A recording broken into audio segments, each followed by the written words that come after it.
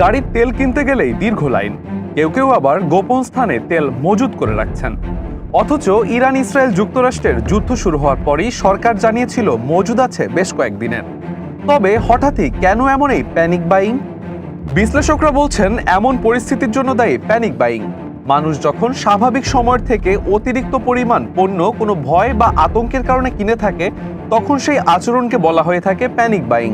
দেশে 2024-25 অর্থ বছরে অকটেন বিক্রি হয়েছে 4,15,000 টন। সেই হিসাবে দিনে অকটেনের চাহিদা প্রায় 1,100 মেট্রিক টন। কিন্তু 1 থেকে 4 মার্চের হিসাবে প্যানিক বাইং এর কারণে এই চাহিদা ছাড়িয়ে গেছে 2,000 টনে। মূলত কি কারণে ঘটে প্যানিক বাইং? কুমিল্লা বিশ্ববিদ্যালয়ের ফাইন্যান্স ও ব্যাংকিং বিভাগের সহকারী অধ্যাপক আল আমিন বলেছেন, নিকট ভবিষ্যৎ নিয়ে ক্রেতাদের মধ্যে অনিশ্চয়তা তৈরি হলেই এমন আচরণ দেখা যায়। রিজন হচ্ছে, প্রথম রিজন চিন্তা করতে পারি আমরা ফিউচারটাকে যখন আনসার্টেন মনে করি, যে ভবিষ্যতে এটা নাও পেতে পারি, তখন এই প্যানিক বাইং হতে পারে।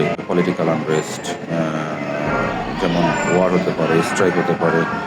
আবার অনেক সময় দেখা যায় যে আমার পিয়ার গ্রুপ, আমার আশেপাশে যারা আছেন তাদের কথা শুনে আমি প্যানিক হতে পারি, তখন প্যানিক বাইংয়ের দিকে চলে যেতে পারি। ট্রাস্ট কমে গেছে সাপ্লাইয়ারদের উপরে, সাপ্লাইয়াররা অনেক সময় দাম নিয়ে অনেক কারসাজি করতে পারে, বা দাম ফ্লাকচুয়েট করলে তখন আমি সাপ্লাইয়ারদের উপর ট্রাস্ট কমে গেলে আমি প্যানিক বাইং করতে পারি। প্যানিক বাইং নতুন কোনো ঘটনা নয়, সারা বিশ্বে বহুবার ঘটেছে এমন ঘটনা। 1970-এর দশক মধ্যপ্রাচ্যের তেল উৎপাদনকারী দেশগুলো পশ্চিমা বিশ্বের উপর তেল রপ্তানিতে নিষেধাজ্ঞা দিলে যুক্তরাষ্ট্রে পেট্রোলের ঘাটতির আশঙ্কা তৈরি হয়। তখন মানুষ আতঙ্কিত হয়ে গাড়ির জন্য অতিরিক্ত জ্বালানি কিনতে শুরু করে। পেট্রোল পাম্পে দীর্ঘ লাইন পড়ে যায়, এমনকি অনেক জায়গায় জ্বালানির রেশনিংও চালু করতে হয়।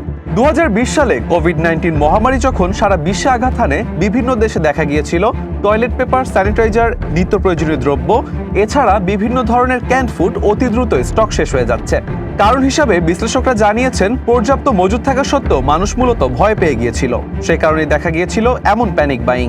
2022 সালে ইউক্রেনে রাশিয়ার আক্রমণ শুরুর পর পশ্চিমা নিষেধাজ্ঞা ও সরবরাহ অনিশ্চয়তার কারণে রাশিয়ার মানুষ ব্যাপকভাবে চিনি কিনতে শুরু করে। কয়েক সপ্তাহের মধ্যেই অনেক দোকানের তাক থেকে চিনি শেষ হয়ে যায়। আবার 2021 সালে ট্রাক চালক সংকট ও সরবরাহ সমস্যার খবর ছড়িয়ে পড়লে যুক্তরাজ্যে মানুষ হুড়োহুড়ি করে পেট্রোল কিনতে শুরু করে। কয়েকদিনের মধ্যেই বহু পাম্পে জ্বালানি শেষ হয়ে যায়। রাশিয়া ইউক্রেনের যুদ্ধে ইউরোপীয় ইউনিয়নের মানুষ হঠাৎ করেই গ্যাস সংকটের উদ্বেগ তৈরি হলে একে একে তারা বাড়িতে মজুত করতে শুরু করেন ফুয়েল, কাঠ, এমনকি বিভিন্ন জ্বালানি। ফলশ্রুতিতে অতি দ্রুতই শেষ হয়ে যায় মজুদ, যার ফলে বেড়ে যায় দাম। অর্থাৎ মজুদ থাকলে প্যানিক বাইং এর কারণে তা খুব দ্রুত ফুরিয়ে যেতে পারে।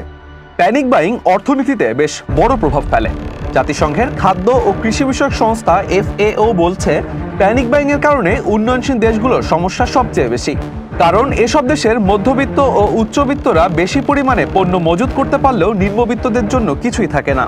ফলে প্রয়োজনীয় পণ্যের প্রাপ্যতায় বেড়ে যায় বৈষম্য।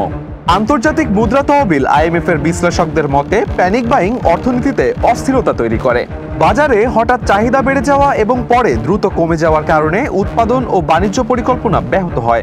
দীর্ঘমেয়াদে এটি অর্থনৈতিক প্রবৃদ্ধিকেও প্রভাবিত করে।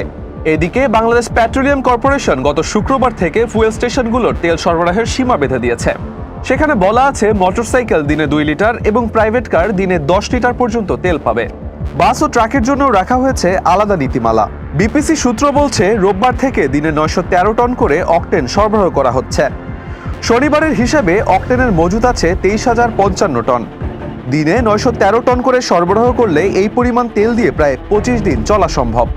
বিদ্যুৎ, জ্বালানি ও খনিজ সম্পদ মন্ত্রী ইকবাল হাসান মাহমুদ শনিবার সাংবাদিকদের জানান, মজুদ আছে, কিন্তু যুদ্ধ কবে থামবে তা কেউই জানে না। সে কারণেই সরকার সঞ্চয় নীতি অনুসরণ করছে। এছাড়া 9 তারিখ আরও 2টি তেলবাহী জাহাজ আসার কথা জানান তিনি। তাই ঘাটতির সুযোগ নেই বলেও মন্তব্য তার। একই সঙ্গে হিসাব করে চলার বিষয়ে গুরুত্ব দেন মন্ত্রী। বিপিসির কর্মকর্তারা বলছেন, অকটেনের 50% এবং পেট্রোলের প্রায় শতভাগই বাংলাদেশে উৎপাদিত হয়, যার কারণে আতঙ্কিত হওয়ার তেমন কিছুই নেই। দেশের বিভিন্ন গ্যাস ক্ষেত্র থেকে গ্যাসের উপজাত হিসাবে পাওয়া এবং আমদানি করা কনডেনসেট শোধন করেই দেশে অকটেন, পেট্রোল সহ জ্বালানি তেল উৎপাদন করা হয়। তবে সোমবারও রাজধানীর বিভিন্ন পেট্রোল পাম্পে দেখা গেছে দীর্ঘ লাইন। এমনকি বেশ কিছু পেট্রোল পাম্প দেখা গেছে তেলের সীমা শেষ হওয়ার কারণে বন্ধ করে দেওয়া হয়েছে। বিশ্লেষকদের আশঙ্কা, মানুষের এই প্যানিক বাইং বন্ধ না হলে অতি দ্রুতই ফুরিয়ে যেতে পারে মজুদ, এমনকি সুযোগ নিতে পারে সিন্ডিকেটও। শেখ সাদি, মানব জমিন।